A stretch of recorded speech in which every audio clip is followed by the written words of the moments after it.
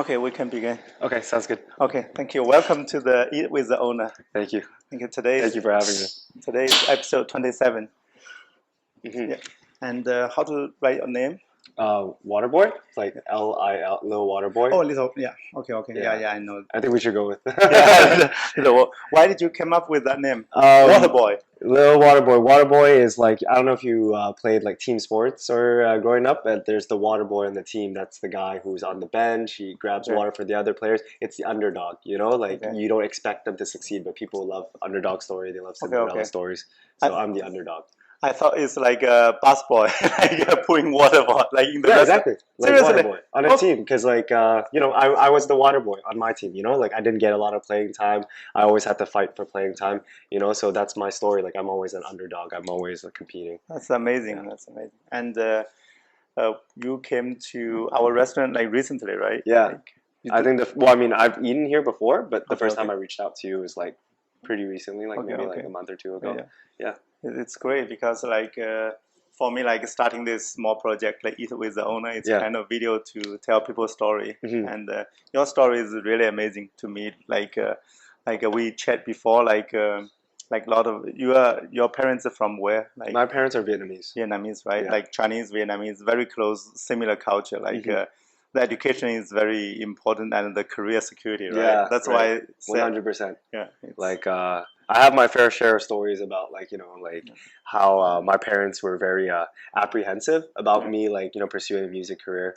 But yeah, we could. Like, do you want me to get into it right now, or like? It's up to you. But how old are you? Like, do you mind? Oh. I don't talk about my age. Okay, don't worry. not on camera. You know, like. But it's like you look super young, and then it's. I'm still young, you know. Like I'm young, but looks like a college student, you know. Yeah. I'm a little bit older than that, but like I'm still young, you know. It's just like in this music industry, like everyone's doing stuff so young, you know. So like it's really good because like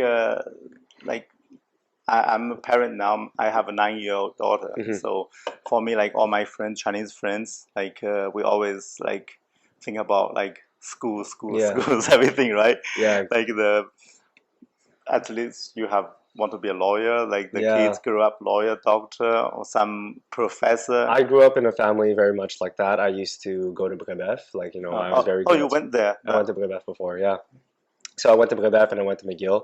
But yeah, my brother is like 2 of my brothers are doctors. One of them is a dentist. My little sister's a. You have how many siblings? 4 siblings, including yourself. 5. So 5. A family of 5. That's kids. Amazing. Yeah. So like my family is very academic, very successful. You know, so like there was a lot of pressure growing up for sure. I was supposed to also go to med school or something like that, or be a lawyer, but you know, life took its course. Yeah. But it's amazing. But how do you feel like being a big family? Like. 5 siblings total. Do you guys fight or like? I did fight with one of my siblings, but the weird thing is like we're 5, but we're like so spread out in terms of age. Like my oldest sibling is 12 years older than me. You know, so that's almost my uncle. But you are the youngest, or do you have? Somebody? I'm the youngest of the boys, and I have a little sister that's 2 years younger than me. That's amazing. Yeah. This family always a lot of stories. That's amazing. How do they? Your parents? What do they do? They support this big family of 5. My dad's an engineer, and my mom chose to stay at home.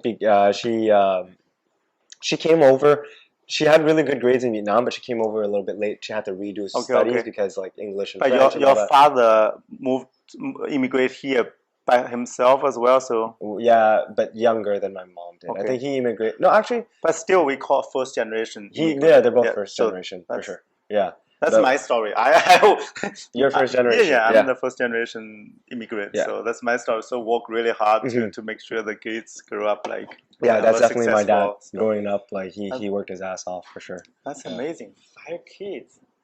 That's amazing. I have 2 older brothers when I grew up. Like so, we are 3 boys. Crazy. Like. So I can imagine like a lot of fighting, like you said, because you asked me like if we fought. Like, did you fight with your siblings? Yeah. We are 3 boys. I'm the youngest, so we always like I grew up village at that time. Even in Chinese currency, we call 5 cents, 2 cents. Like we were gambling among each other. Okay. And then since I had the memory, so we were always like we did not have much money, but somehow we get like 5 cents, 12 cents, like. 100 like one RMB, $1, whatever. It's huge at that time. So among the boys, we always gamble. always gamble. Okay. Like we gamble with other kids in the villages, Okay. and then we 3 brothers together. Yeah. We come back at night before we go bed, Yeah. and we gamble among us. Yeah. And sometimes we lose to kind of our oldest brother, and Yeah. somehow outside to gamble with other boys, Yeah. and he lost. So we kind of the net money is getting less and less. Yeah. But somehow I and my middle brother, Yeah. we gamble with other boys. We get some money. We won some money Yeah. from other boys, and then we ending up losing to the oldest brother inside of the family. And then we had like That's a whole gambling network. Like, how old were you guys when you guys were doing this? 5, 6. That's as long as crazy. we can count numbers, we have 2 playing. You know the playing cards. Yeah. A set of playing cards. I bought it, took 2 cards, and Yeah. you just add them up. Like the 10 points was the maximum. Yeah. But over than 10 will be like if you get 6 and 7, you have 13 points. Yeah. But then we'll Is there a count name to this 3. game? Is there a name to this game? It's Chinese. We Okay. call the 2 cards death. Okay. 2 cards death. It's very sudden death. It's like blackjack, kind of, to me. It is, but Yeah. it's simple Yeah. to the basic. Only Okay. 2 cards. Everybody get 2 cards, Yeah. and like 13 points will be 3. 14 points will be 4. So maximum is like 10 points. Yeah. Like And a 10 and a 20, which one would win? Like a 5 and a 5 or a jack and a jack? Which one's better? 10 and 10. So if 5 and a 5 and a 10 and 10, that would be the same. Both of them 10. So but same? the jack, queen, and the king, Yeah. so we count only half points. So if you get one 10 Yeah. and one of the 3, jack, queen, and the king, so 10.5, 10.5. So 10.5 is ultimatum. It's ultimum. So it's the best. So they beat everybody. Okay, so the okay. maximum is 10.5. But if you get two we call it like the color ones, like the jack, queen, or Yeah. king. If you get 2 of them, The one. then only 1 point, Okay. half, and that So would be it's the 10 lowest. and jack the best. Yeah. Okay. 10 and jack, It's 10 crazy. queen, It's 10 so straightforward. It's just like 2 cards. Yeah. You get 2 cards, and then we call it 2 quick death, like 2 cards death. Are they cheaters? Uh, You know, like when they shuffle and they. I don't think we're at that level. Okay. But okay. it's very addictive. Like Yeah. when you have 5 cents, you can play with like a group of 5, 10, even 10, several people. Like you are the landlord or whatever. You set up the pool there, Yeah. and then you deal with everybody, and Okay. then they can decide like I bet 5 cents or 10 cents. It's really like blackjack. It's like Yeah. very similar. But if you have the 10.5, Yeah. they double you double. Yeah. And Okay. like when you, for example, you bet 10 cents, Yeah. and if you get 10 and a half, and the owner or whoever is having 9 points, and Yeah. you're gonna 10 cents, and this guy gonna give you 20 cents. Yeah. That's the only time double. Cool. That's crazy, and it's so.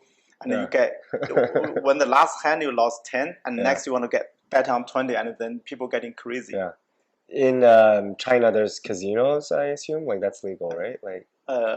Gambling always illegal, even today. Oh, gambling always, is still always illegal. Oh, okay. But in the village, we play mahjong. The adults, parents, they Yeah. play mahjong in the winter. They had nothing to do, Okay. and in the village, so they play mahjong. They okay. they gamble as well. But once a while, the police will raid the village. They seriously raid the family. It's a yard, so people in the room inside, Yeah. and people play gambling, and then in the front, if somebody see the police, it's like somebody like Okay. warning you. Like, So there's no such thing as a casino where you would find like Chinese Macau. games. Macau is the Okay. only casino of legal is Macau. Okay. That's why. And they would have this game, and they would have a bunch of other. Yeah, Like, they will like they would have mahjong. they will have Yeah. everything. Yeah. But in the village, you always gamble. Even Yeah. today, I believe it's Yeah. the nature, human nature. Yeah.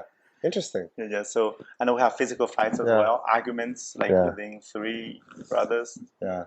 Like I fought a lot and like debated a lot. I think it helped me a lot with like how I conduct myself and how I think about like talking to people, because I was always arguing with my older brother. He was like 6 years older than me, and like, you know, obviously it's not fair. If you're a 10-year-old arguing with a 16-year-old, you're always gonna be stupid, you know. But like it taught me to like think. Mine you know, is a bit 4 more years mature. old and then 7 years older than me. So you're the youngest. Yeah, so we were fine.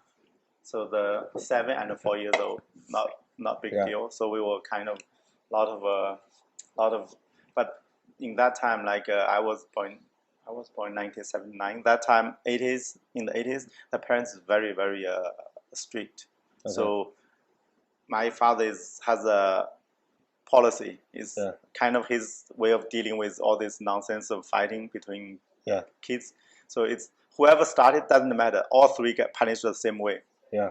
They ask us to kneel on the ground, and then like either some whip, whatever, just kind of. Ow. So that's the punishment. Very straightforward. It's kind of he did not care whose fault it is. No arguments. Did not figure out what's wrong. What caused the argument. It's anybody get punished the same way.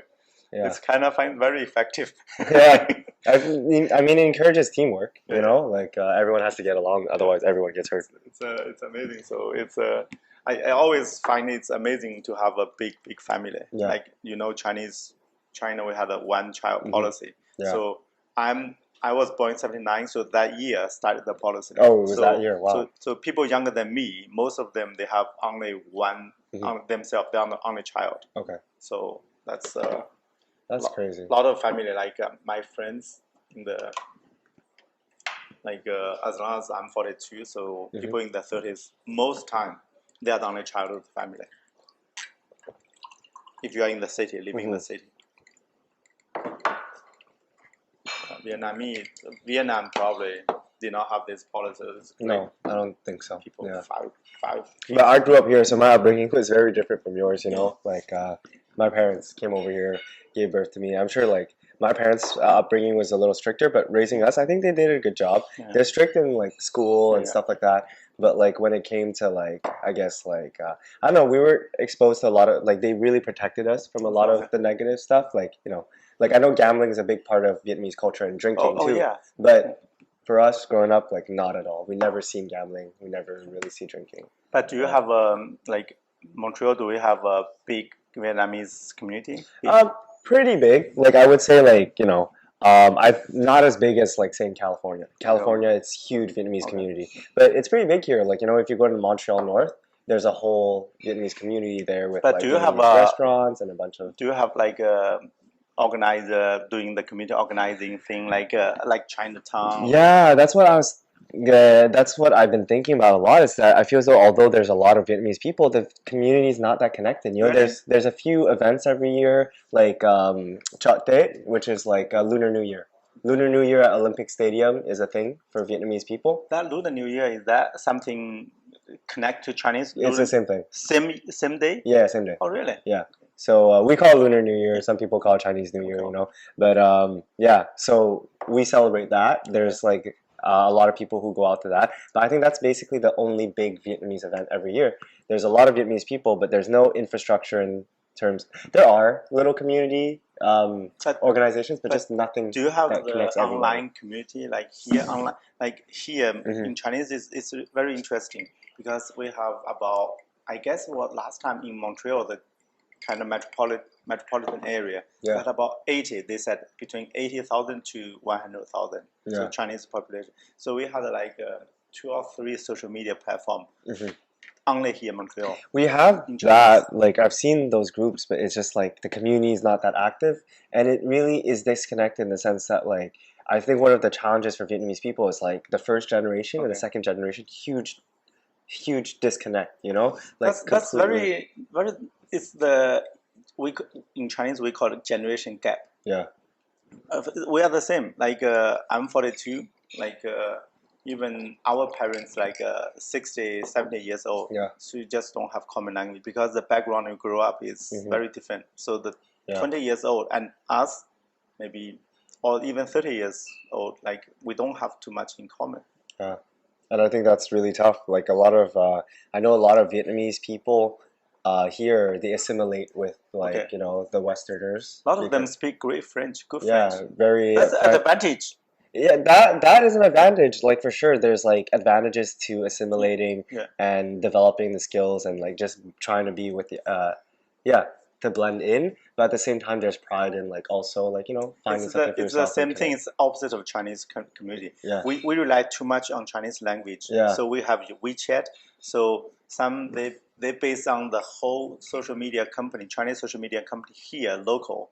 So they based on, I guess one is WeChat. WeChat group. So they have this. You can publish articles. Yeah. You know the MTL blog? Yeah. We have a Chinese version of that in Montreal. Nice. So a lot of time they translate like 5 top 10, But 5 best of this or that. It's not owned by MTL Blog. It's a different company. No, totally Chinese. But Okay, they sometimes they translate the articles. Okay. 5 best poutine, 5 best bagels. Yeah. Like in Montreal, like Cool. 5. It's like it's the WeChat is great platform. So you can run a channel. We call it channel or something. So you can run, and it can have really edit the article, like the pictures, everything beautifully, and then you can have subscribers. So it depends on how many subscribers you have. Like if you have, I guess they have 50,000 or whatever, 60,000 subscribers to their WeChat platform. So that's really cool. Every article they wrote, everything in Chinese.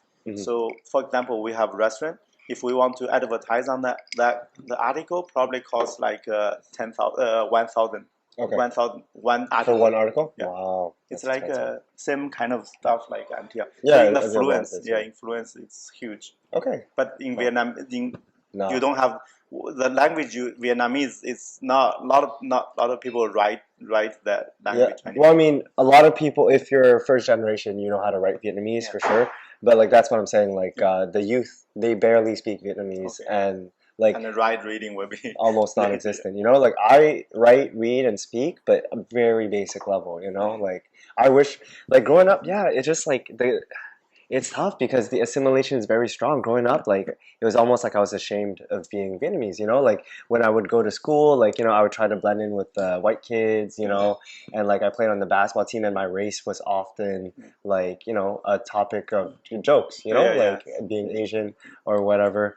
So yeah, I guess like I was always like my food when I brought food into cafeteria, you know, people always like, oh, it smells. Some smells, yeah. Chinese like kids, I guess for Chinese they like fish. The fish you put in the microwave, the smell will be crazy. Yeah, but yeah, growing up, like I wish I cared more because my parents tried to send me to Vietnamese school, and that's one of the reasons why I write at all.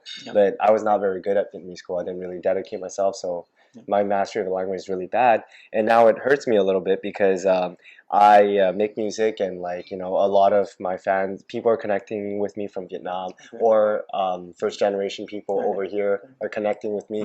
I can barely speak to them, you know, I can only say very basic things.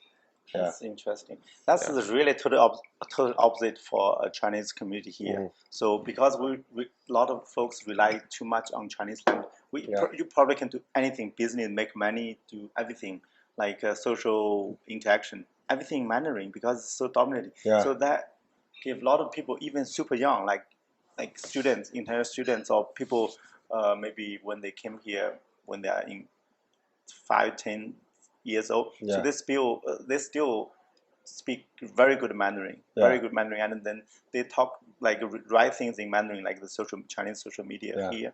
So but a lot of times, like when you are 20 something or 30 something, when you came here, you don't feel like you're working on your English. And then you don't have time to work on French language. So a lot of people my age, like the guys, at least I know a lot of IT guys, like they barely speak any French. That's very crazy. Very difficult, and the motivation is not there. A lot of times, especially English? Do they speak English? Some like basic English kind of broken. Okay. So, my English is not that bad already, but I see a lot of folks like I know my friends. I guess their English even worse than me, worse than mine. Because it's too heavy, and then you kind of too comfortable with Chinese language. That's the thing. That's totally opposite issue. Like you have, but then we have a lot of people having big trouble to simulate. To Western culture. To get really into their stuff, and then a lot of local friends, and then the language itself. Even young people. I think if they're born here, it's different. But yeah, you're right. Like first generation, even if they came young, sometimes they keep they stay within the Chinese community. Even born here, like at least several years ago, like if like the second generation Chinese immigrant, 20s, their Chinese is pretty good too. Because their parents, some of them they want like Chinese rich, and then they see opportunities there. And it's very, very different. They're good in Chinese, but they're also good in English and French. And I think that's the best, you know, like when you keep everything. my daughter, she's 9. She speaks like 3 languages: French, Yeah. English, Chinese. That's Like great. without thinking, like maybe either one of them not that perfect, but it's great, very natural Yeah. for her, like to That's great. switch between languages.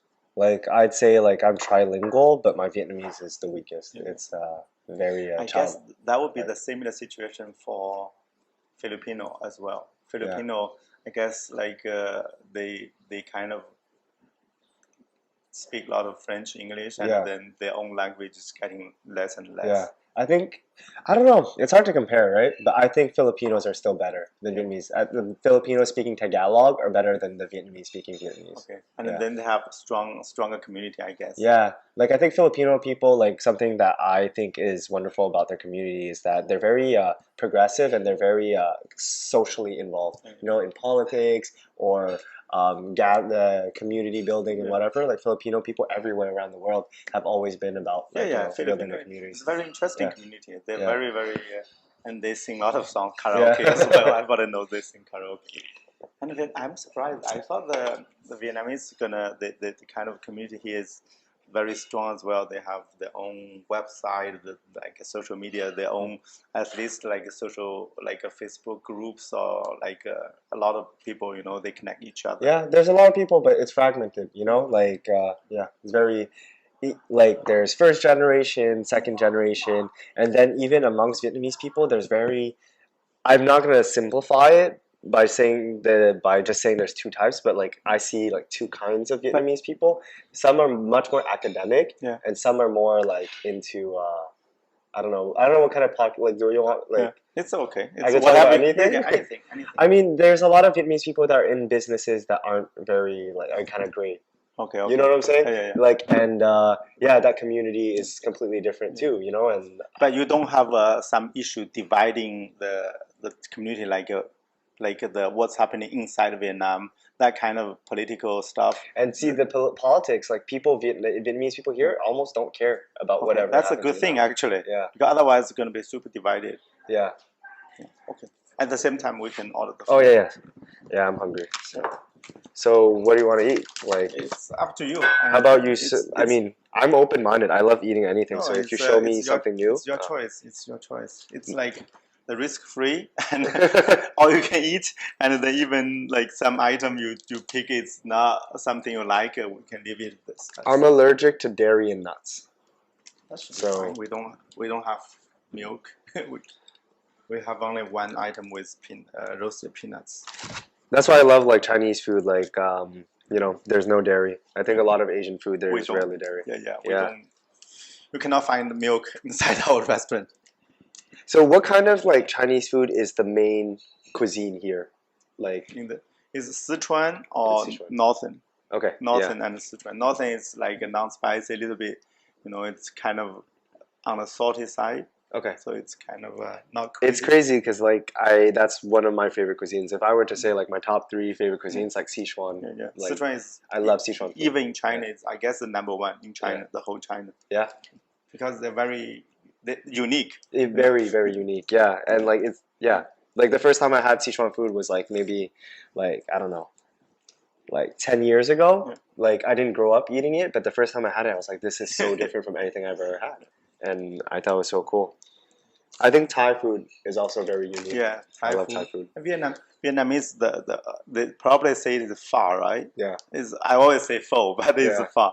Yeah. It's amazing. It's yeah, Vietnamese people with like I like Vietnamese food too. Growing up, like I said, like I was very white. I guess I don't know what the right word, but like whitewashed. I guess. Yeah. So like growing up, I hated Vietnamese food, but I over the last few years, I kind of learned to like rediscover. Vietnamese food. The pho is dominating everywhere. The 10 years ago, we went to Paris, and then in the Chinatown in Paris, like they're doing crazy. Like the business is a lot better than average Chinese persons there. Even here in Montreal, like it's amazing. It's simple and also delicious, and accepted by almost everybody. Yeah.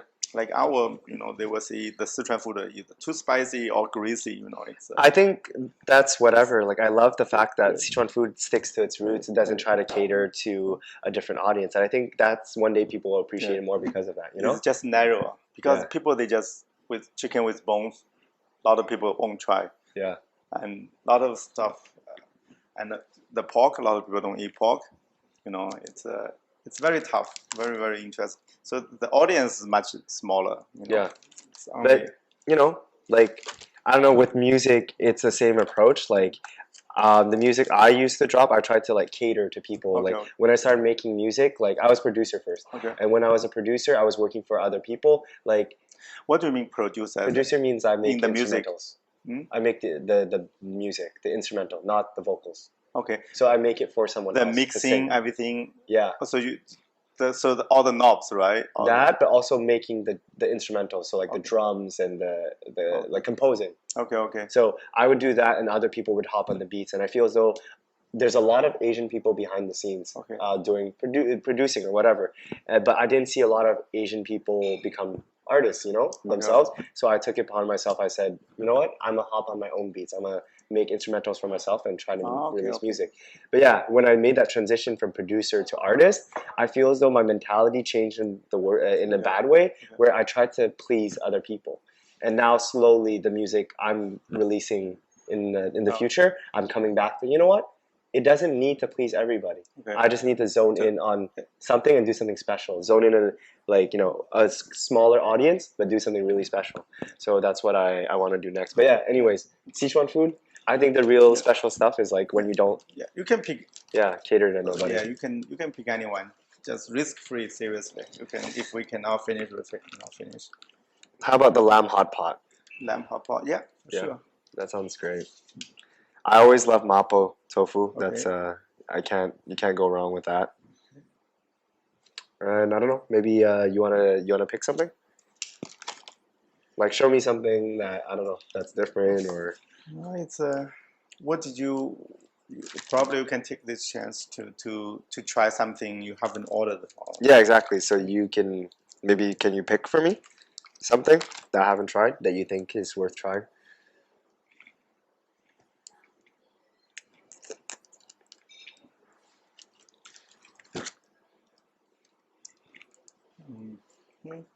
That's interesting. What are? Whoa. I'm pretty sure you had the spicy dyed chicken before. You want the stir fry pork intestines? Sure. The intestines fine? In Vietnamese culture, we do eat intestines. I haven't eaten any in a while, but I'm down. Okay, let's do that. Yeah. That should be fine. Where is that? I It's, want to see a picture. it is like this. Oh, cool. All right, let's go. Oh, it's maybe too much for you? Too much risk? No.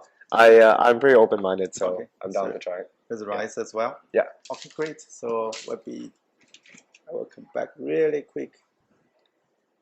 And the camera will keep rolling, so Okay. don't say something crazy by myself. Okay. All right.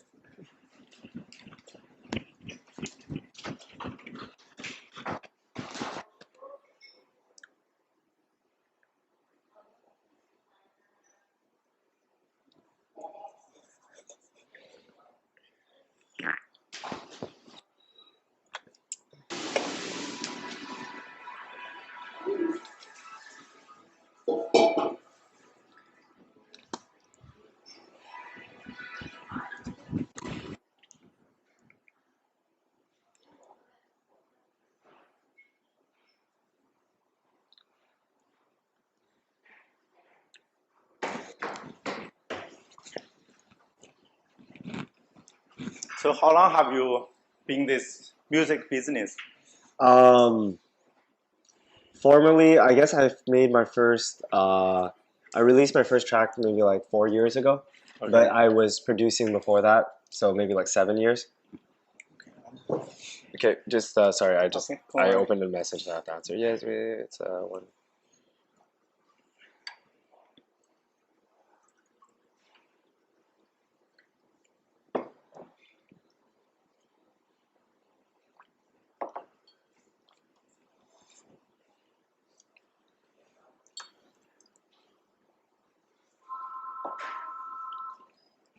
That's the thing. I use my phone to record, so cannot use my phone anymore. Next time, you That's good. bring a laptop to find some information. Well, if you need me to search anything, I can search for you. No, it's fine. Because some podcasts or whatever, when they talk about something, they want to know some fact, they're gonna search it right away. Google it. True. Yeah. But what time when you realize you're good at music, or you went to music school, or the producing part? Okay, so I was always creative growing up. So my parents, I came from a nice family where they gave me a lot of creative experience. I grew up with painting lessons. Piano.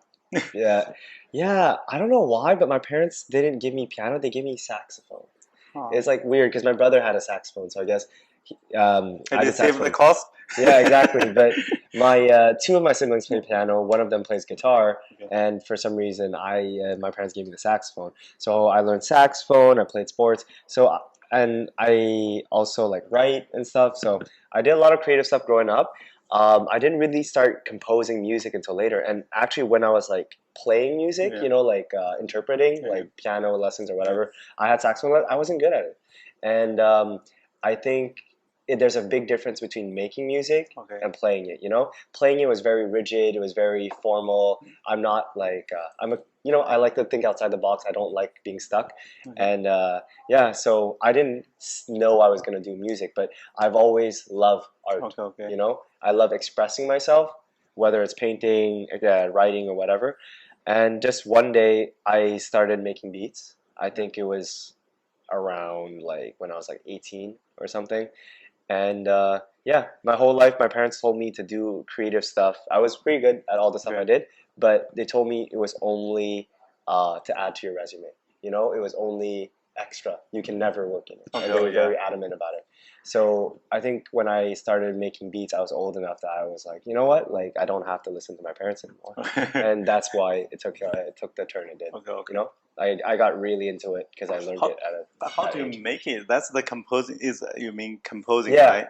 So making beats is like composing. It's I don't different people have different approaches. You have to hear it in your head a little bit before, and it's from listening to a lot of music and practicing that you kind of get a feel for it.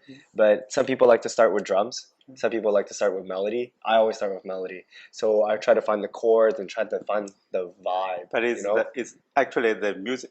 Those things is like a patterns, right? You want to move patterns, create different patterns. Right? Yeah, exactly. It's always so you make a loop. Yeah. So a loop is like you said, like a 4-bar pattern, a 2-bar pattern, 4-bar pattern, 8-bar pattern, but it's copy pasted around the song. But I start with the melodic loop, so pads, so you would hear chords play the vibe. But when you create the composing, do you have the lyrics in your mind or to go with it, or? Yeah, because I'm an artist and producer, I kind of do. I have the vibe. I know what I would want to rap on. So that helped me out at first a lot when I was making beats for other people. I tend to be creative in a way where I don't stick into one thing. I hear the lyrics already. So when I make beats for other people, I kind of make it with that vibe. And when I send it to them, it's often, there's that special connection because, I thought about what someone would rap over it, So, yeah. That's amazing. And also, play drums, right? Drum sets? I never learned to physically play drums, but I know how to program drums. I know the the popular rhythms and whatnot, and I know how to I make hip hop music, so for the most part, you're gonna use the same kind of instruments. You're gonna have the hi hats, the open hat, kick drum, 808, snare. And I guess probably 12, 13 years ago, I did buy an electric drum set. I guess what kind? It's a bit. I googled what is the popular brand or whatever. It's the cheap version. I guess about $600 the set. Is it a drum set or drum machine? Drum set. Okay. You have so all the but it's electric. So you have to play to connect to what is the amplifier. You still have it? I gave it away to another friend. Now that they were playing local band. It's about $600. Cool. I was I tried, but I never had any rhythm. Yeah. But it's amazing. So it's almost the base of the music. Yeah, it's the 100%. Whole thing. It's they provide the beats. Yeah. But especially for rap music or hip hop music, drums is everything. The rap is crazy. Rap, why? Is you like I guess you like rap, right? Yeah. The rap is really crazy. You look at this year what is that for the Super Bowl? Right? It's they put mostly rap artists. Yeah. All of them. Yeah. I mean, they're like some of the biggest rap names in history, you know. So like that was a pretty special performance. But You know, bringing all sometimes those you people just together. for me, if Yeah. my English not good enough to pick up Yeah. the lyric, it looks like the lyric is very important, right? 100%. Yeah. Yeah, the lyrics. They tell a story like cursing somebody, Yeah. like whatever. A lot of cursing happening. Yeah, I think like rap is like, you know, like It's ultimate expression. I Yeah. guess like expression your opinion, your feeling, yeah, whatever. it's stream of consciousness Yeah. almost. You know, like other forms of music, they don't have a lot of words, Yeah. so they kind of fit it in to fit a certain aesthetic or whatever. But in rap, you can just say whatever you want. Yeah, that's You know, you can literally speak to people, yeah. and I think that's powerful. You know. The only issue, like I guess the rapper, they want to be too cool and then Yeah. they don't say it clearly. Yeah. And so for me, it's like really tough to pick out what is the lyrics. You Mhm. know, it's very. Yeah, I think that's true. That is a boundary But it's for flowing rap. like amazing. So the flow itself, like just feel like so natural Yeah. for some guys like Snoop Dogg. Yeah. That guy is crazy. Yeah. It's kind of everything is like he just even walk or like do anything is like it's kind of a performance. Yeah, 100%. Just like sit. It's just sitting there for okay. This is my gig. Yeah. Just sit and talk and then that's all. Yeah. And it's I think that's what goes for a lot of artists. You know, like artists like have to like a lot of times people think of artists and they think only of the music and the performance. But artists like becoming an artist, I learned a lot about like how to conduct myself as an artist, how to grow myself as an artist, how to brand myself, how to market, and like it's 360. Everything you do as an artist is your job. it looks Like you said, how walking, yeah. that's part of your job. It's like I'm artist as well, but just nobody appreciate that. It's being natural. Yeah. It's like when I listen to a lot of podcasts, I realize I knew Snoop Dogg long time. Yeah. I know he's famous guy. Then I realized I listened to one podcast about him. Yeah. That guy is really amazing. It's like he had spent like 2 or 3 hours talking to another podcaster, and it's amazing. The way he talks and it's natural dominance. Like when he's there, and you just see this guy is very be himself, and also he's the influence, the power. You know, it's crazy. People, you feel his energy in the room. Yeah, his for energy, sure. and he smoked pot all his life, right? Yeah, like he's known for like smoking a lot of weed. Yeah. It's all his life, and but you don't see any damage to him or something. Yeah. Like I don't know. I don't smoke that much weed, but like a lot of people are very functional. Like when I work in the music studio, you know, some people love to get high before they do their stuff. I don't. Like I need to focus. Like I don't focus well on weed, but yeah. And it's the art, like a lot of, but the weed is like is a big taboo in Chinese community. Yeah. It's a big taboo. I'm not sure in the Vietnamese parents, for their mind, like. Yeah, like I said, there's like they worry. The community is a little segmented, you know, like I think Vietnamese people, like a lot of them are very anti like drugs, everything, like, you know, weed included. Yeah. Whereas like there's a huge portion of the Vietnamese community is probably the biggest movers of weed in Montreal. Like I don't know if you know. Really? Yeah. Like seriously. I think Vietnamese people are probably up there for most like weed production and moving. That's a lot of good business. Yeah, it's good business. Now it's legal. Yeah, you know, so like I don't see no harm in it. You know, I feel as though like a lot of this taboo itself, like the government cracking down so hard on it, can almost be more harmful than weed itself. You know, and also the mindset is being a Chinese. We never tried. I probably won't try at all. Yeah. But like our education, some kind of the social acceptance is always weed is part of the drugs. Yeah. It's like the first step, whatever they call it. That's why the gateway drug. Gateway drugs. Yeah. So the parents paranoid, really paranoid. Exactly, very paranoid. Yeah. But I don't think that's. And a lot of us, they're not. They know, like for my generation, like we programmers. So we all know, like some point of time when your kids growing up here in the high school, they have their peers. They all like have experience with weed. Yeah. Probably their kids they knew, but they were kind of but they kind of say, oh, they don't like the system. Because of they don't like the education system is kind of too much leeway to kids, their freedom to smoking weed or something. But at the same time, they just cannot, because of this, leave the system. But they know it's kind of worrying, you know. Yeah, I think I think it's really much a question of like balancing it out because like we as we see like it's legalized because it's really not that harmful. Yeah. I think the weed is less harmful than alcohol. I think alcohol. Oh really? Yeah, like alcohol creates like like domestic violence is like a lot of it is tied to alcoholism. Financial like how do you say it? Financial irresponsibility, gambling is often tied to alcohol use. And drunk driving is a lot more dangerous than driving high on weed. So, but the weed, one kind, I don't know. There's somebody educated me before. One kind make you super friendly, right? It's two kinds. One make you super relaxing, another make you opposite to hyped, right? Like. So I like my experience is weed.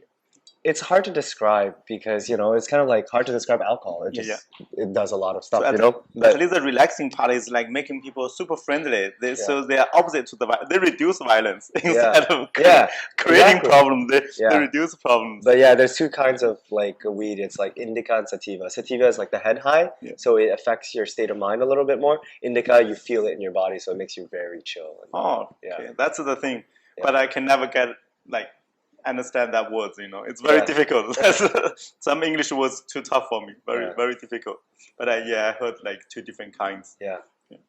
Oh, the HTC, whatever, THC, whatever. THC is the active ingredient that makes you high. Another one is the CBD. CBD. CBD. Relaxing part. Relaxing.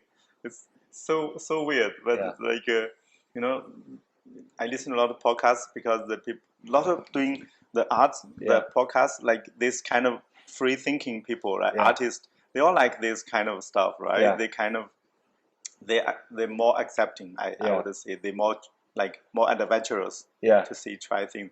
But it's like a mainstream, maybe like engineers or something straightforward. My career, it's everything. For sure. Ooh, food's ready. Great.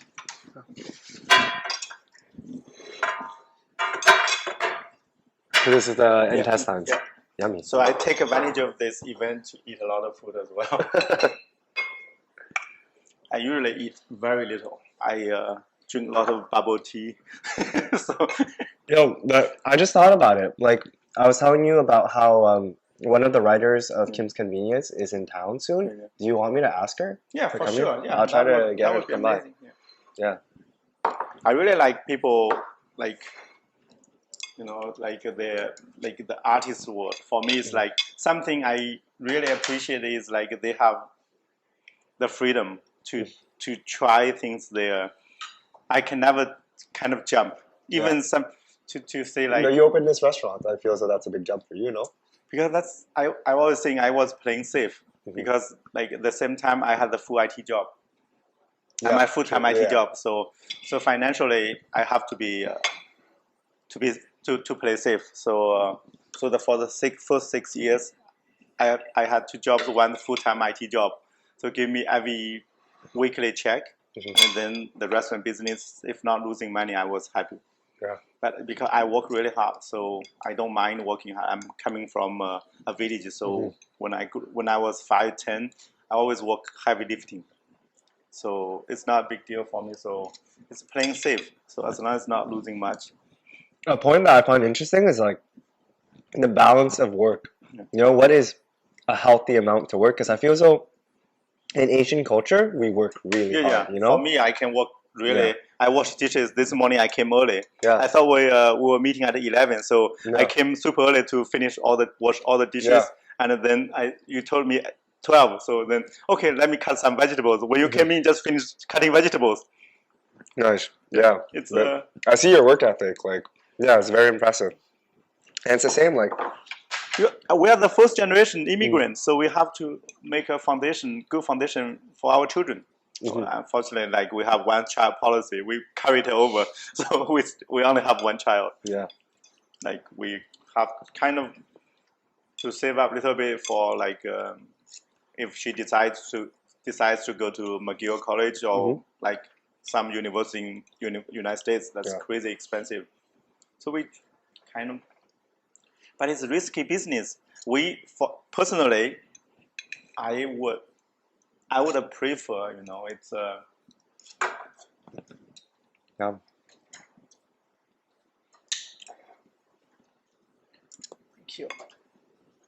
personally, I would prefer like she would take a much safer career choices, doctor, or even dentist. I find dentist is amazing, and you make a lot of money, stable job, and you don't have risks. If you are a surgeon, and you see people cutting up, and you see people die, it's what is the PTSD? Those people, I really think they have the respect from the people. I think that prestige, I think that's totally worth it. I looked at the study because like a lot of people in my family are in healthcare, but I think dentists, people tend to be less happy than surgeons, surprisingly. Less? Because their job is like boring. Not rewarding. Yeah, it's kind of boring. It's not hard, challenging. It's difficult, but boring. At the same time, and that's weird. But you don't have emergency. They don't call you like mid of night and you don't see people die. Yeah, in a way that's tough, but I think like doing this, being a surgeon or something, at least it's like there's moments where you feel rewarding. You achieve something, or you save somebody's life. My brother's a surgeon, like the oldest one. He's a urologist, so that's how do you call that? Like urologist with a U. It's how do you call it? Intestines and stuff like that, and basically the urinary tract. Okay. Like, I was trying to find a nicer way to say that. Okay. But, yeah. So at least financially, super stable. Oh yeah, 100%. Like I think my brother and his kids are set for life for sure. You how are your parents? Like they're still in the village. Okay. So their generation that time, their youth or the adult life, their body just overworked. So they got pain everywhere. Even my mom, who has a hunchback. Yeah. Seriously, it's like a disc, huge bulging disc, like the back. So because that time, only 2 of them and the 3 kids. When it's time to harvest, the weather window give you only 2 days. You have to finish everything. Otherwise, a rain shower will come. So gonna ruin everything. So that's why they told me they did not have time to stretch up in the field. Because we got a lot of fields. Like Vietnam, you have paddy, right? We had a lot of paddy as well. That's why rice is a big thing for us. Yeah. So that time you literally, when every day you have to bend and then to kind of harvest, doing stuff, we usually do not have time to stretch. Over time, his back is like this.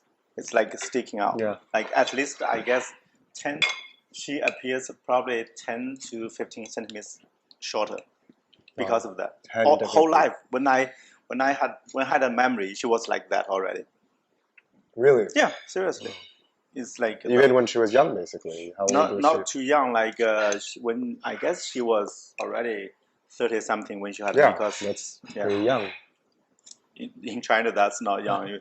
They start supporting the whole family when they were 18, 12, 16, 15. So they overworked their body for already 20 years to get that kind of stuff. Wow. Yeah, it is pretty tough.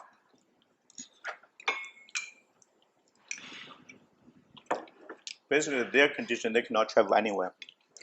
They're not allowed to, or is it dangerous? You don't want to risk health issues. And you can't send doctors over there to try to help it, or that level is too late. It's too late, or you don't want to change your body too much, to work too much on the body. So it's been a lot of years. It's better to stay that way.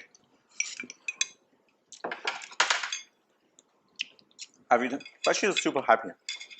She's working crazy. She's when right now we have less land, so the land is kind of, before every family they divide the village, the land to different families. Now starting 10, 12 years ago, the new policy is you can rent your land to another. It's like they are creating new landlord. Yeah. So this family, they are taking care of all the land, but they pay you rent if you used to have some land. Okay. So a lot of people, they don't have things to work on. How do you like this? I like it a lot. It's my favorite, one of my favorites.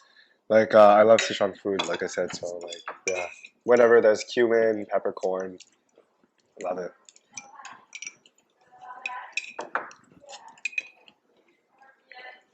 So my mom, she's 22, 23. Mm-hmm. When we all grew up, and she's taking in charge of all the grandkids now. Mm-hmm. My oldest brother has 4 kids, totally violate the one-child policy. Yeah. In countryside, they want to fine you, they want to punish you, but problem you have nothing to possess. Yeah. So you kind of end up the whole village. I never seen any family had only one child during the peak time of the policy. Mm-hmm. They literally punish you everything. They punish you by doing all kinds of stuff. But people, they just do not care. Wow. Because like their culture, they're like son. They have to have a son. Yeah. Like in the countryside village.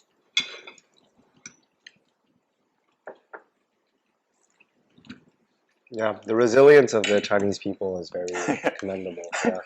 And the whole I never seen any family has only one child. Yeah.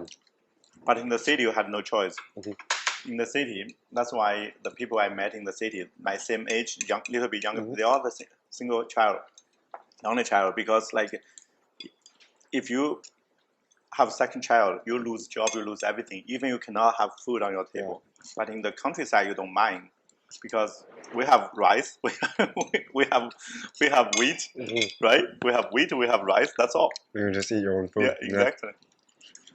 Yeah. Nice. So they are pretty.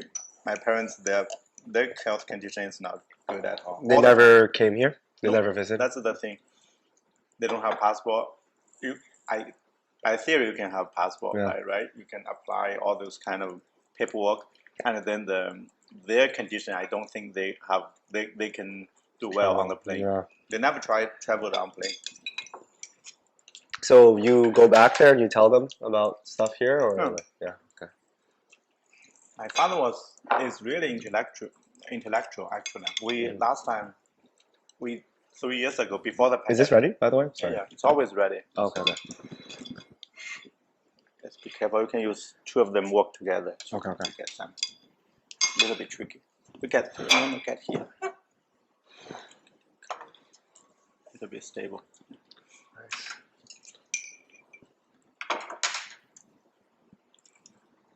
Oh my God. We talk about a lot of stuff. 3 years ago, I visited before the pandemic, several months before the pandemic, mm-hmm. And we talk about a lot of interesting stuff, politics, policies, the country's policies here, there. But being an intellectual, isn't he curious to see what's out there in the world? Some kind of, but the information he got is very limited. The Great Firewall. Yeah. But you tell him. Sometimes a little bit here or there, but some people, they do not want to accept the information outside. But he's open. That's very interesting. That age, like 70-some years old, really surprised me. Like we discussed something. How do they organize the society? The Montreal, Canada, and sometimes the conversation is really surprising to me. I thought a lot of other people living that. Mm-hmm. Same place for 70 years and at that age, and if you just cannot have a conversation about some topics. But it's very, very really surprised. I'm happy for you that you can talk to your parents about that. Yeah, he's very, very smart. He only got an education of three years, so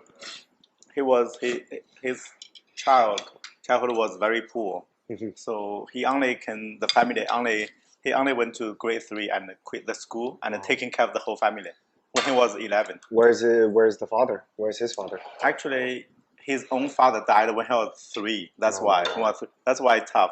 My grandmother remarried. Yeah. And normally in the country village, you have to when your husband die, you have to marry another husband to support the family. Yeah. Because everything is heavy lifting. Yeah. The job. Okay. The work on the farm. Mm-hmm. So my step grandpa, and he was good, like had healthy for only several years, and then after he got a problem with stomach, whatever, and then he was bedridden for rest of his life. No. So when I was a kid, I know my grandpa was like, he has to eat everything super hot. Mm-hmm. So his stomach was having issues. He was skinny. Yeah. So a lot of time he was in the bed. But when the sun is out and it's very warm, he gonna sit in the yard. Yeah. But definitely he could not contribute to the work. Damn. To the farm work. So that's why my father even the stepfather could not help the family. So he kind of had to quit when he was in grade 3, and it took over the whole family. That's really tough. Yeah, it's very, very crazy. But he's really But how did he? I guess you say he's he's smart. He likes to hear about different topics. Where would he discuss? You know, like where would he learn if he didn't go to school? Like with friends or? Well, most people, they're not educated in the village. My mom did not know anything. Does not read. Does not write. Okay. So he has zero education. A lot of folks too in the village at that time. So my father was already very smart. So in the village, he got, I guess one time he was a school teacher even. Oh wow. Yeah, one time. But yeah, that's what I was wondering. Like, how do you get to that point of like, you know, being able to teach people if you don't go to school yourself? Like, where do you get this information? It's pretty. The basic level. Even my time. Yeah. My elementary school is in the village, literally in the village. So the quality of education you don't expect very high. As long as you teach them how to count, how to read characters, that's fine. Textbooks from grade 1 to grade 2. We only have 2 textbooks. One is Chinese, one is mathematics. That's all. Wow. Mathematics is counting 1 + 1 = 2. Those kind of stuff. The Chinese language is always mandatory, so we have 2 books. I assume you didn't learn English over there? No, English, no. The English, we had the secondary school, we started the English. We started the ABCD letters. And like, when you came over here, did you have to relearn English because the education was like insufficient, or? No, it's fine. Yeah, it was good. My English was not that bad. Okay. When I came here, because the junior high school we started the English, but that was playing time. You know, we just starting with AP. We're making jokes of the sound of English in the class, and we got punished by the teacher. You know, because first time we saw ABCD. What the hell? What is ABCD? Like the sound really funny. Yeah. And but the senior high school is serious. You know, like the song ABCD is super interesting because it's like Mozart that made it, and it's like Twinkle Twinkle Little Star is the same melody, and I forgot there's another song with the same melody too. So I don't know why. It's different language? No, they're all in English, but they just changed the words, but it's the same melody. Yeah. Yeah, my daughter used like that. Yeah. I find that so interesting that that's the same song as A, B, C, D, E, F, G. And that song is so ubiquitous that like, even as adults, like sometimes you're like, which letter comes first? And then people would just start singing, you know, in their heads, or at least like even out loud sometimes.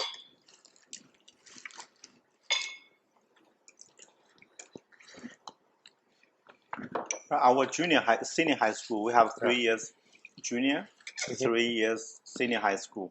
So the senior high school is very serious because we have a national exam. So after 3 years of senior high school, so that exam you have to do really well. A lot of people, they fail. They don't go to university. So I was super lucky to. And what's in the exam? Chinese, you have mathematics, Chinese, English, geometry. What is the geography? What is that called? Geography. Yeah. Yeah, geography and chemistry and physics. All those kind of main ones. Bio. Or no bio in high school. Bio is like bio is part of the chemistry maybe. So science. Yeah. It's basically science as a whole. And what about what was I thinking? No, art. That time, no. You have to go to, it's a special exam. Okay. If you go to the art school, music school, so all these subjects, you only to pick to 3 or 4, 5. They don't require, require some certain points, not a lot. Right now, a lot of constant reform going on. I guess right now, even from junior high school or beginning of senior high school, you can decide you go to art or not. It's different. I think something that I would change about the school curriculum is that I would teach computer science a lot younger, like almost like 2nd grade or 3rd grade or 4th grade. Now, yeah. Because I feel as though computer science, it's not just about programming. It's just how to think logically, you know, and how to structure your thoughts and thinking about algorithms. I think it's just like something that you apply to the rest of your life. So learning earlier will help with like deepening the learning, because if you learn as an adult, it's almost like an accessory skill. Are you good at computers or? Yeah, I was in computer science. That was my major. Really? Yeah. And same here. Nice. But yeah, I just think it's like so useful for everybody. Not the coding necessarily, but just understanding algorithms, understanding like, you know. But that makes you too logical. Oh, and you don't think that's a good thing? I think being logical is a good thing. I have a crazy theory. Okay. Being an artist, you have to be crazy. Yeah, that's true. Like in a way, you don't have to be crazy, but you have to be a little off, a little different. Yeah, have to be off because, and also all the successful artists or something somehow, because they are naturally off, naturally crazy. Yeah. Like you people gonna appreciate that because they can see something themselves they cannot do. Something they just did not have, like me, the courage to try something totally risky. Yeah. You know, the people admire that kind of. But if you are very logical, and you will not be that crazy. I don't know.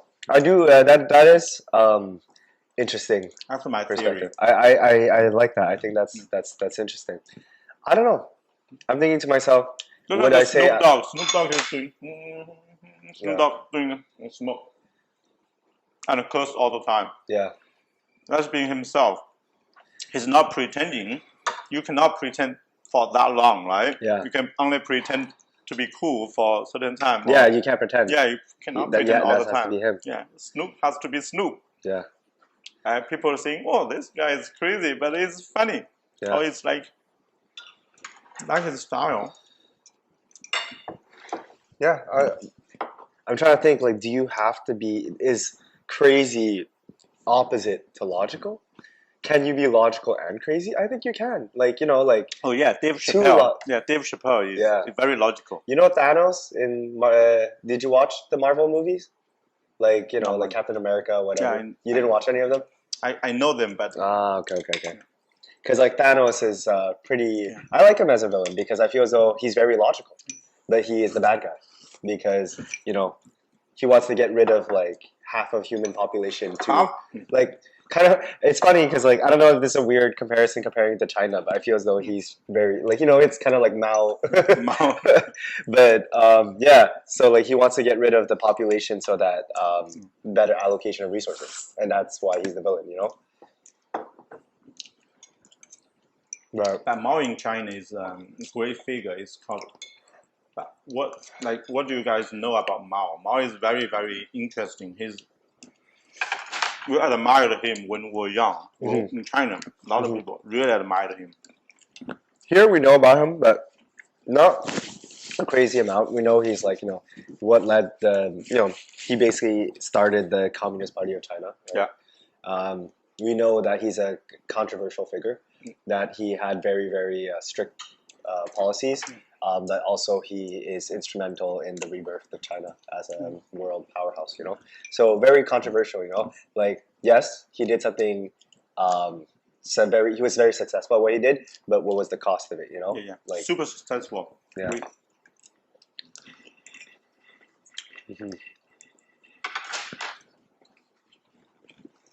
food's really great, by the way, as usual. We admired him, like especially in the school.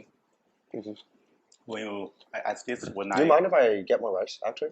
What? Get more rice? Do you want me to go downstairs? Yeah, for sure. I will. Right now? Yeah. Okay, I get one. Oh, just stay here.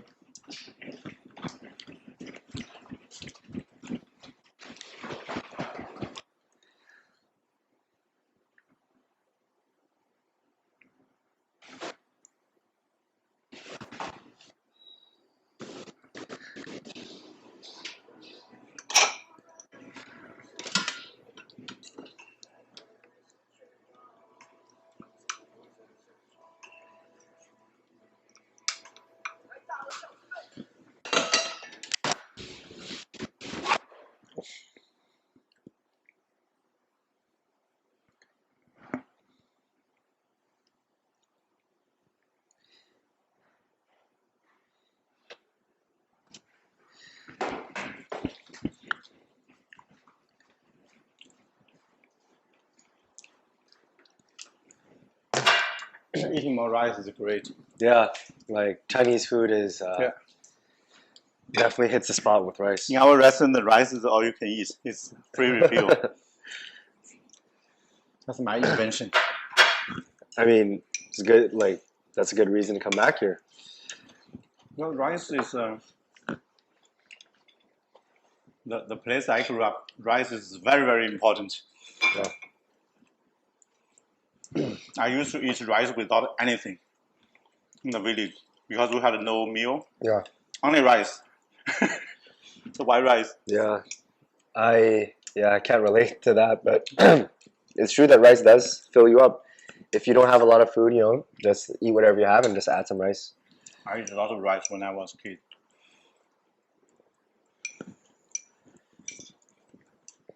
And we only have white rice. We don't have brown rice. We don't have noodles. Yeah. So its only option is steamed rice. You said you have a daughter and she's 9 years old. You said you probably prefer that she takes a more stable career, right? Yeah, exactly. Oh. But what if she wants to do something in the arts? How would you feel?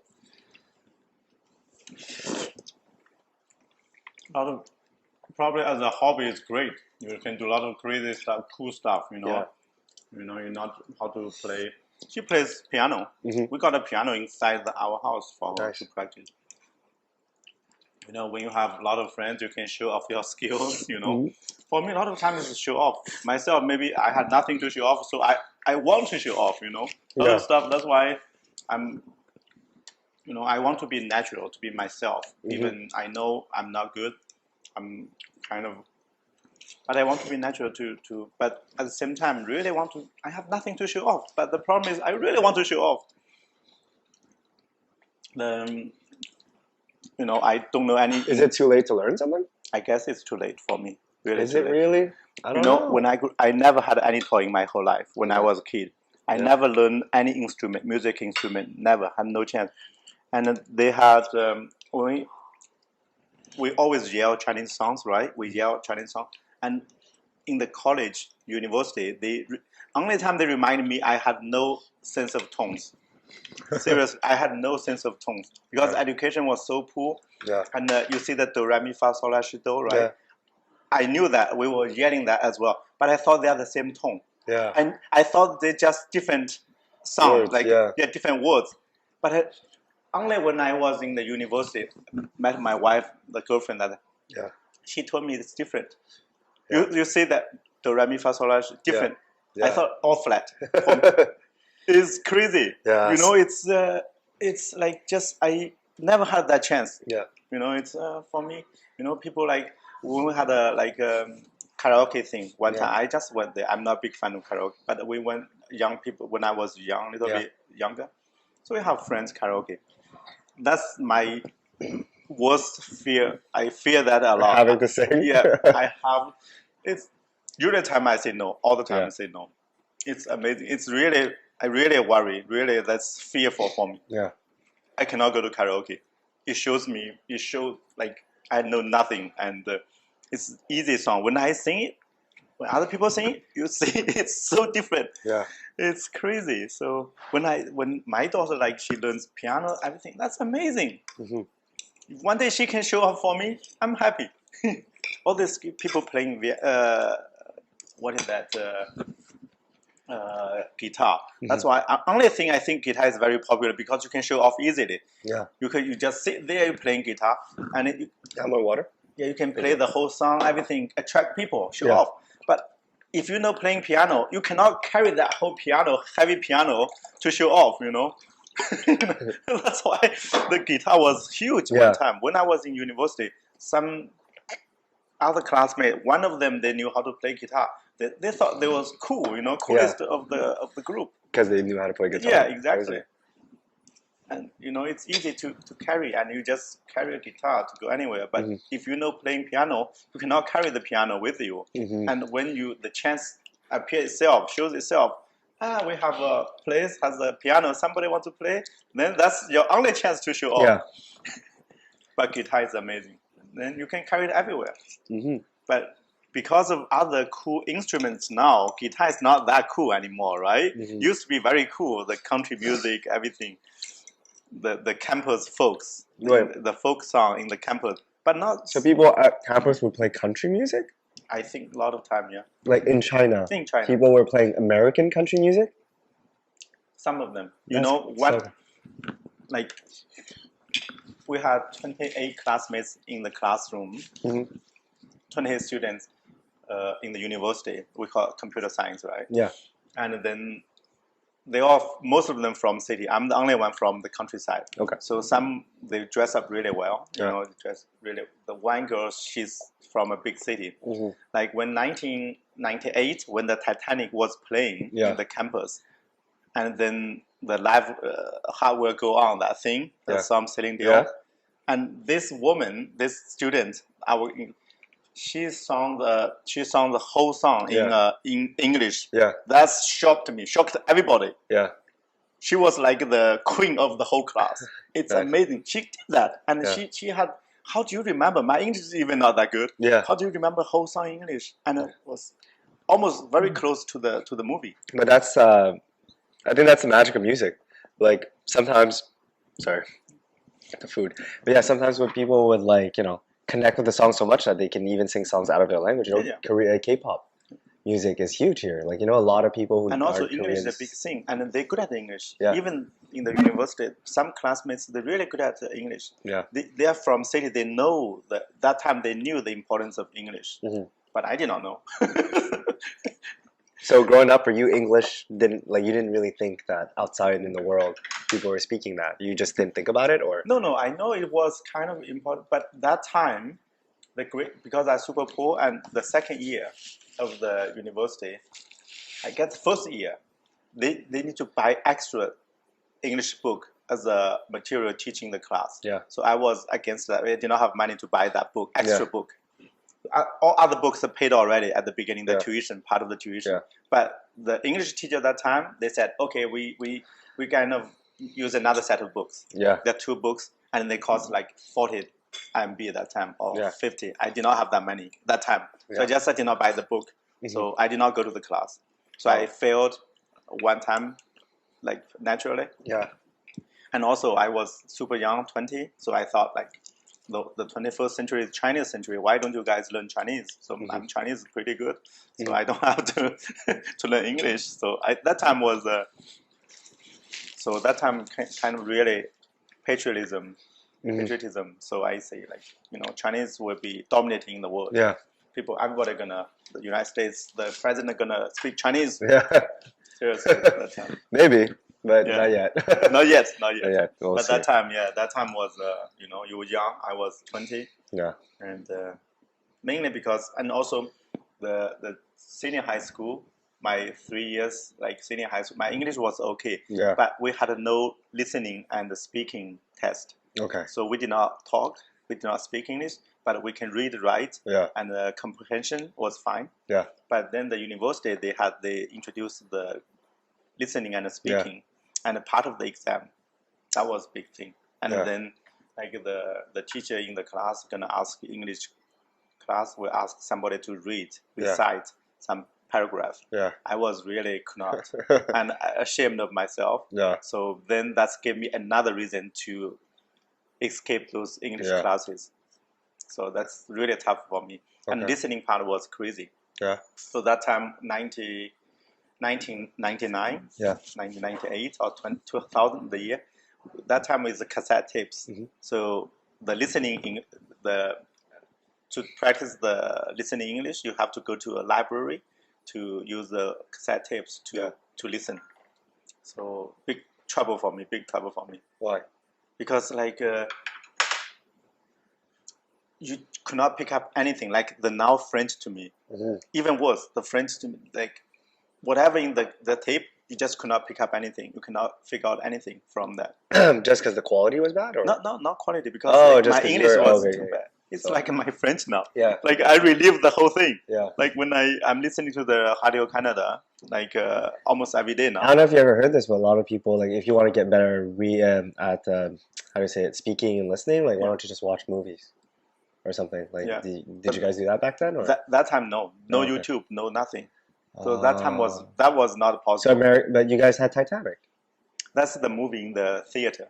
Oh, not in class. Yeah, that's not cool. in the big we had a big university. They have a hall. Yeah. That hall is like they either the ceremony or something, or sometimes they play movie. Okay. It's a huge giant screen, and then they play movie. Okay. But we were up to we were sing that time. Yeah. We were watching the Going back to movies, you know, Shang-Chi didn't play in China. China. Yeah. Really? Yeah. Some like Why? It's, too American.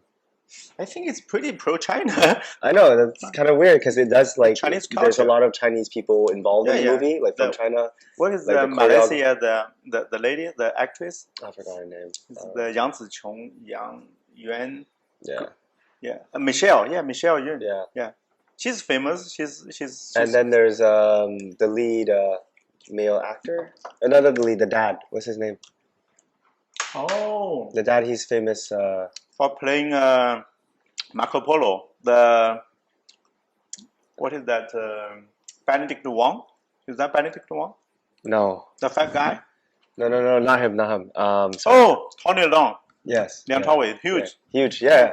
So weird that it didn't play in China. Tony Leung is the best actor ever. Yeah. I think He's really cool. Yeah. Guy. Yeah. He's from Hong Kong. This guy is crazy. Big fan. Like his time, like Tony Leung and Andy Lau. Yeah. The singer Andy Lau is huge. Okay. Like idol for generations. Okay. Like decades. Yeah. That's interesting. I did not know that. Yeah. I think it's unfortunate because it's a really cool movie that I think it spoke to the Americans and it could speak to the Chinese too. And even the Mulan, you know, the Mulan, new Mulan movie. Yeah. And it was kind of controversial as well. Yeah, but for different reasons, no? Yeah, I guess different reasons. Yeah, it's not controversial in China. It's controversial here. Seriously? Yeah, because the lead actress supports the CCP and is anti-Hong Kong. Really? Oh. Yeah, and for people here, that's a big deal. So there was that, and also they filmed in part of China that was controversial. Yeah. Shang-Chi is crazy. I went to the theater. A lot of Chinese folks went to theater to support to contribute to the box office. Yeah, I thought it was a great movie. Like I went to the first week. I thought it was a excellent movie. I was very proud. You know, I feel as though I could relate because he's like Chinese Canadian too. It's out of nowhere, right? Yeah. Just when he was playing Kim's Kim's. I never watched that, and then I realized okay, that's in Canada. Yeah. It's in Toronto that it's shot. Like Shang-Chi, parts of it are shot in Toronto too. Yeah. It is interesting. I think things are looking up. Yeah, this guy is getting. He was hosting SNL too, right? Yeah. I mean, once you become the lead actor in a Marvel movie, you're a superstar. He's a superstar now, you know. I wonder what other movie he's gonna do. Like Stephen Young, like I know, like unrelated, but like he's another, like I feel so another up and coming Asian actor, you know, and like I love to see Asian actors come up like that. Yeah. hopefully Asian artists too, music. Yeah, but Simu Liu, he kind of broke a stereotype because he showed his body all the time. Yeah. He was a crazy guy. Yeah. Even on the Instagram, most time he was like half naked. Like yeah. He's a superhero, so he has to he has to prove to people that he plays the part, Yeah. Exciting times. But before was Jeremy Lin was huge. Yeah. I love Jeremy Lin. I play basketball, so I watch NBA every year. I watch I have season pass for the league, internet league. Oh, okay. Season pass for almost 10 years. Yeah. Well, nice. I bought it every year. Cool. I thought you meant season pass as in like you own seats. I was like, what city? I wonder. Yeah. I won't do restaurant if I'm that rich. Yeah. But yeah, Jeremy Lin was crazy. I love Jeremy Lin. I think not only as a good basketball player, but he's an inspiration, He's a really cool guy. I don't know if you ever watched him in interviews or YouTube videos, but like I was very humble guy. Yeah, I was big fan. He was everywhere he promote Christianity, right? Yeah. He was big like devoted. Yeah.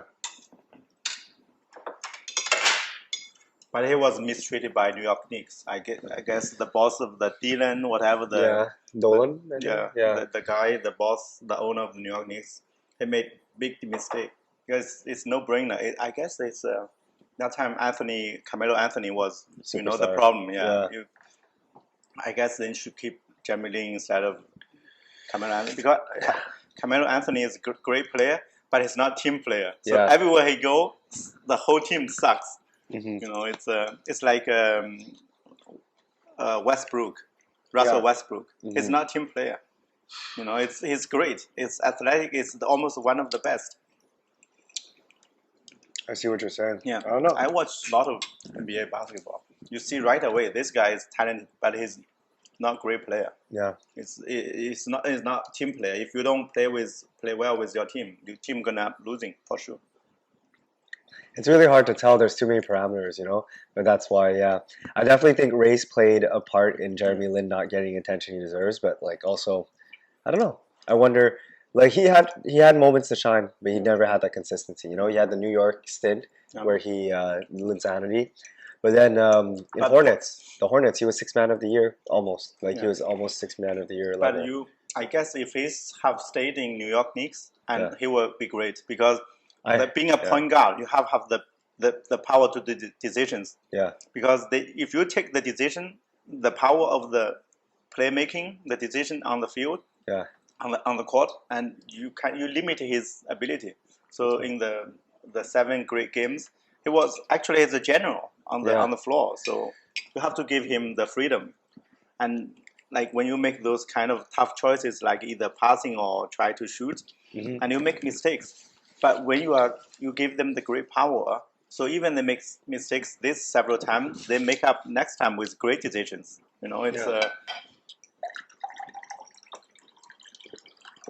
He's a great point guard. He's a great point guard. So, but if you don't give him the freedom of doing whatever he does on the... How old is he now? Let me check. 34, 30. So it's over. It's almost done, yeah. Impossible for him to make a comeback. Because I know last season he tried to make a comeback. Yeah, in the G League he was development league. He was doing great. Yeah, he was but then ended up going to China now. It's in China. I think it's because even if you do great in the G League, if you're older, they won't take you. Nobody. Yeah. There's a lot of guys in the G League right now. There's Gerald Green. I don't know if you remember Gerald Green? Oh, that guy. He's in the G League right now. Jump really. Yeah, he's pretty good too, and he's in the G League right now. A lot of guys, They even don't pay them well. Why do they stay there? Because they want to make the NBA, They want to make when you're after 30, you're still in the G League. So if you're after 30, you can go play in China, you can play in Europe or something. That'll make you a lot more money. The Marbury, right? Marbury is the god in Beijing. Stephen Marbury? Yeah, Stephen Marbury. He left when he was in his prime. That's why he was smart. Yeah, he was pretty good that time, but he's not team player either. Yeah, he's not too. Didn't he get a fight with the coach? I think he had a fist fight with the coach. But he's very capable. Mm-hmm. Yeah, Stephon Marbury. Who else was on that team? I like Nate Robinson. No, the short guy. Yeah, he's so fun to watch. What is that guy? The super short, skinny. Short and skinny. Yeah, and in Houston Rockets, he went playing China too. He was Short playing with very short and skinny too. You kind of feel like miserable in the on the court. But he played really well. What era? No, play along with Yao Ming. Rafer Alston, something like that. Is that him? No, not Rivoston. His face is small. That guy is a black guy, but it's very short and very skinny, and he played really well. And he's a big star in China. Okay, he's capable. He's really good. A lot of players that time with Yao Ming, a lot of them end up making a lot of money in China league. Yo, what do you think about Chinese players no longer playing in NBA? Like they had after Yao Ming, they tried to recreate that success and like drafted a few a few Chinese players, but they didn't really play well. Or very difficult. Yeah, you have to be super talented. Yao Ming is the only exception, I guess. Yao Ming is super. But I think what's his name? Yi is talented. Yeah, Yi Jianlian. Yeah. I watch his game, and he's not mature. Mentally, he's not mature. Yeah. Yao Ming is very smart. He's very his humor. You know, he has humor. He adapt to the games. Yeah. He was dominating Chinese league. Yeah. He's physical. Actually, probably better than Yao Ming. Actually, his jump, he's powerful, and he's tall as well, and very quick. But the problem, his self-confidence was smashed. Yeah, I think that's very important. Yeah. And I think that's one of the reasons Jeremy Lin didn't prosper too. Yeah. I think confidence. He is really, he's not mentally strong. You watch his game, he's supposed to be the power forward, right? Mm-hmm. Or the center. And you see a lot of time when he's not having the ball, a lot of time he's staying behind the three-point line. Yeah. So that's not your position. Yeah. Because he did not want to challenge other people. Yeah. So you are supposed to stay inside in the post. Yeah. But a lot of time he's trying to shoot a three. Yeah. That's not your job. Yeah. And I saw several games that time. I think he's done. It's no way he can make the league. Mm. His confidence is not there because one time you go up to the basket and you get smashed down, and then you feel probably don't try. But that's the confidence. Yeah, you're playing basketball. Yeah, exactly. You can't have that mentality. You have to go to the basket. Have to stay in the paint. You are the big guy. You are not the point guard. You're not shooting guard. If you are like a Klay Thompson, you stay. A lot of time you sneak. You be sneaky, and run behind to the 3-point line, and you shoot a three. But you are 7'2" or whatever. He's super tall. And 7 feet. And you are power forward or the center. It's really bad. It's really bad. But he's really capable. In China, he got. What about guards though? Why does China not have good guards? That's interesting. They're not creative. They're not. One time we had one guy, but that's about 10 years ago. It was good with playing point guard. But then we have national team against Spain or France one time. I watched the game. Last 1 minute, they were tied. Last 1 minute. He made 3 turnovers in 1 minute because the pressure. That means you don't have last minute, everybody on you. If you cannot control the ball, and he got 3 turnovers. That guy was every time was saying, "Oh, this is the great point guard." Then that one game, I believe I watched the game against France probably, and it was really bad. You see, if you have you cannot have the ball, keep the ball in your hand for like 2 seconds, 5 seconds, or 10 seconds, you're not good. I feel as though physically, like point guard would be a position. Yeah, it would be great. Yeah, Steve Nash is weaker than almost everybody. Yeah. Steve Nash is skinny, and then everybody can. And the play style, Chinese people are very unselfish with the basketball. So I feel as though they shoot three. They move the ball a lot. It's like Europeans as well. They move the ball and they shoot threes. I feel as though like point guard, there should be a good point guard talent somewhere in China, but no. It's another thing is the personality.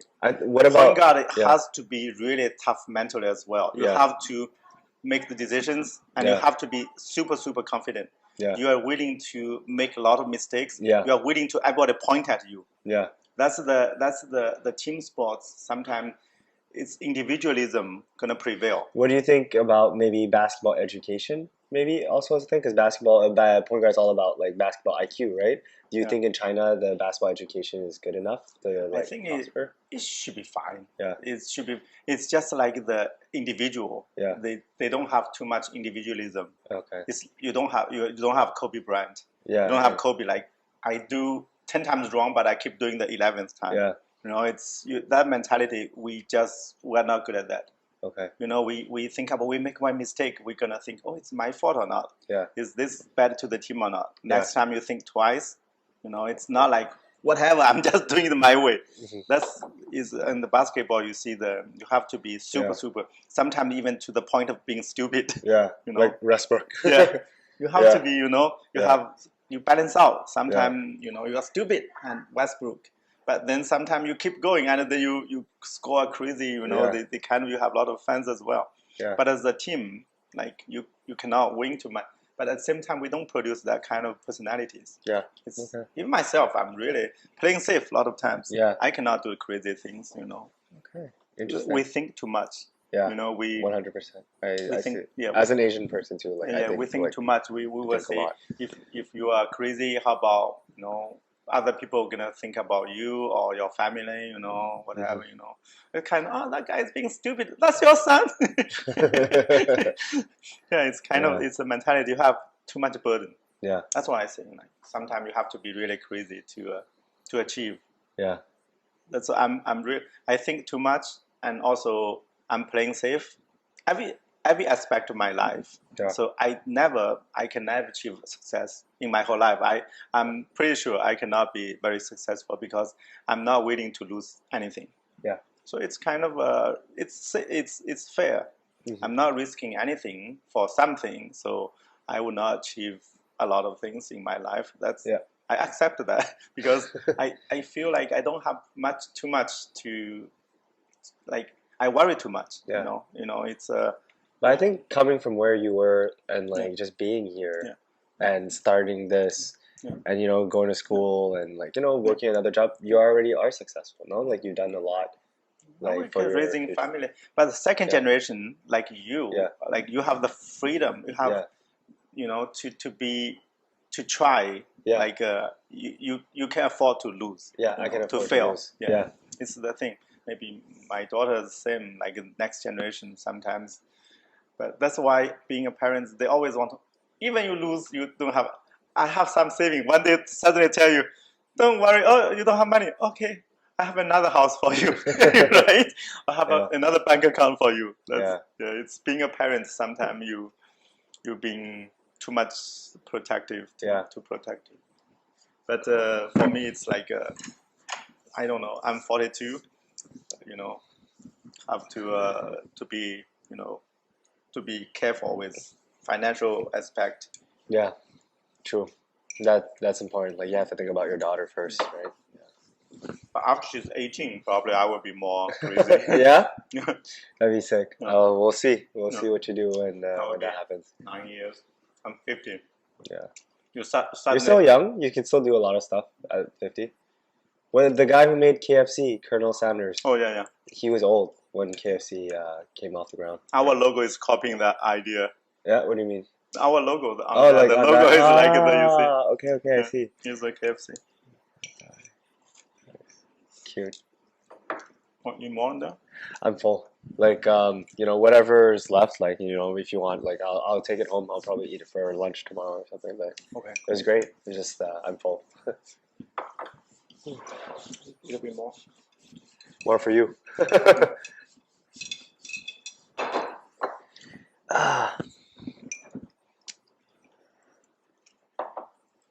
So what's your plan like as music? Like my plan for music, I don't know, like, cause usually I have my manager around, so I don't know what I'm supposed to talk about or not. But at the same time, I don't know who, like, the audience for this is completely different.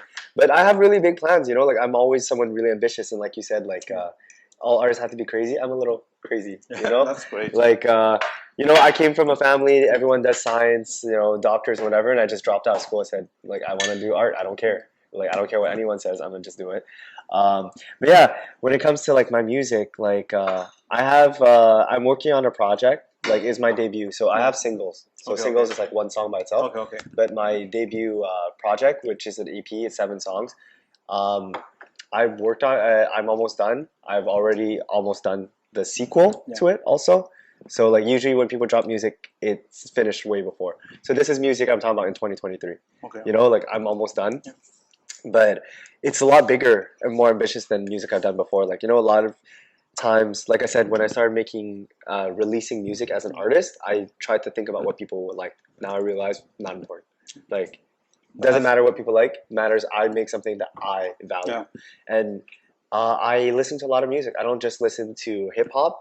So some of my inspirations for this project is a little bit weird for people in hip hop. So I don't know if you know Hans Zimmer. Do you know Hans Zimmer? Like one of the most famous like music composers for film.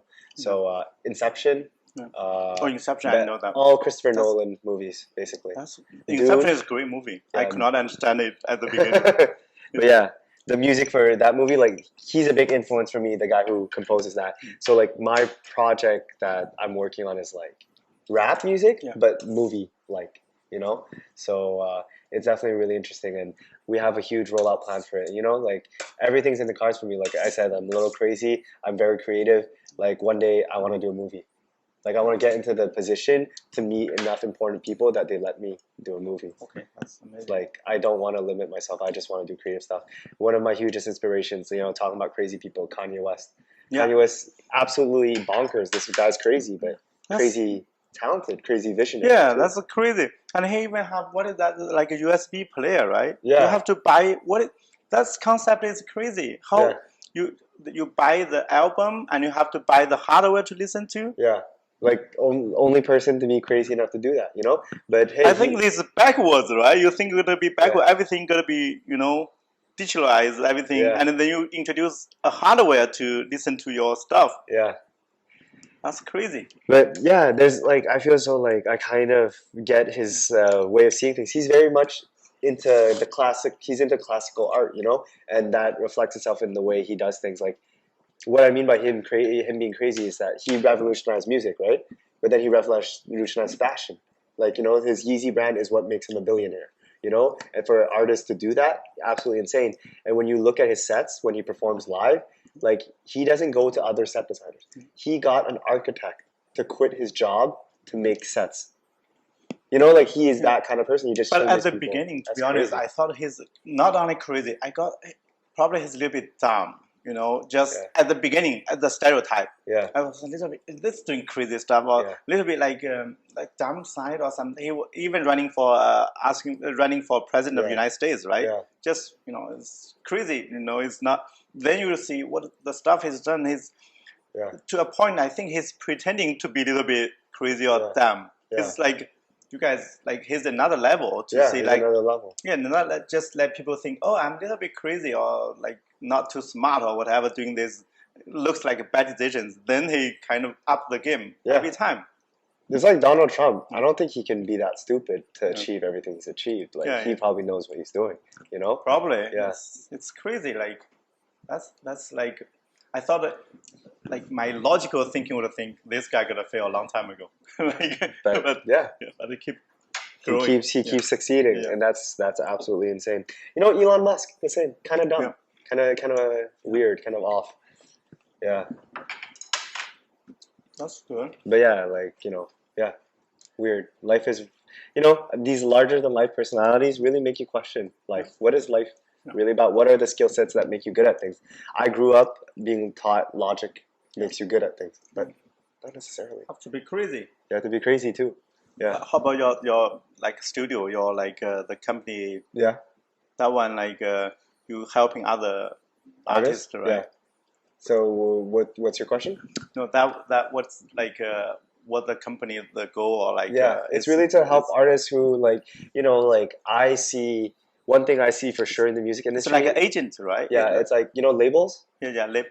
I think labels should die. I don't think there's like, in this day and age where artists are doing almost everything themselves, labels are just a bank. They lend you money. And that's literally, they lend you money and they own your stuff. They're already dying, right? Because everybody signed up with Spotify.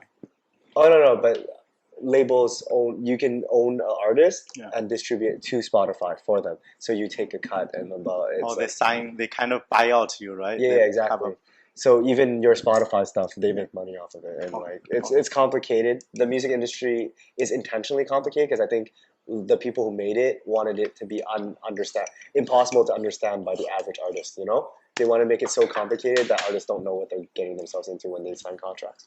But yeah, I just think in this day and age where artists are doing everything for themselves, they're promoting themselves on TikTok, blah blah Yeah, blah. They're doing all this stuff. Like, why do labels even exist? You know, and I'm trying to like bridge that gap and try to for now in a grassroots and local way try to help artists go a little bit further than they would otherwise without a label. That's really. But you are not representing them, right? You are not. No, not yet. We'll see. One day I have ideas. Like I said, like I'm also very creative. If ever I'm in a position to start like a company with like tens of millions of dollars, I have an idea for something. I would say if I have money, I can make a lot of ideas into reality. Yeah. So I want to get in that position. First, I want to do this music stuff, succeed in that. I want to get into position to make a movie, succeed at that, and like after that, who knows? That's great. Yeah. So, anything you want to add, or we can wrap it up, or like? Yeah, I mean, I'm good. Like, it was a pleasure to just be here, talk to you, chop it up. I guess like I didn't even introduce myself. Like, I mean, do you usually do that? Do people introduce themselves, or you? Yeah. You said your little. Yeah, I'm a little water boy. Yes. Like I make music, so you can check me out on any streaming platform like Spotify, Apple Music, and we were talking about Bahay Collective earlier. That's my little group. We own a music studio and we're a creative agency. We're helping out artists. Yeah. Also, like really thanking you for like joining the video. Yeah. And, of course, it was my pleasure. Yeah. Talk about especially like as I really like the immigration stories. Yeah. I want to see how my story will go, and also next generation to see like the Chinese, Vietnamese, Filipino, like how we are doing here. Like everybody has different choice of life. Did you get Korean people here yet? I feel as though like there's a own Korean community here that's like actually, I really like one Korean. Like the other guest has a lot of Korean friends probably, and we have a lot of Korean customers. Yeah. Interestingly. Like Ganadara Bar, like that's huge. a pretty cool spot. Yeah, that's crazy. They're all successful. That's why I need to. I'm thinking about how can we be a great restaurant or successful. Even Ganadara, even before they had a bar, they had a small restaurant, right? Yeah. Super long. Every time the line is super long. Yeah. The Ganadara, now they changed the name to Jacko. Yeah. The same spot. Yeah. It's everything they do is very successful. The Koreans, I don't know what's the TBS, TSB, what is the band, the Korean band? BTS. BTS, yeah. It's crazy. I don't understand. But whatever they do is like they have a touch of, they can. But that's, I feel as though that's like, once like, these people, these first movers like BTS is helping Korean businesses everywhere. Because BTS is so big, Korean restaurants are bigger too. Everything is just like more. Somehow they're super. We need a Sichuan hero, someone who puts Sichuan food on the map. It's so hard. Yeah. It's crazy. Yeah. And anyway, really nice. Yeah, nice knowing you. It's chatting with you too. It's great. Thank you. All right. We can take care.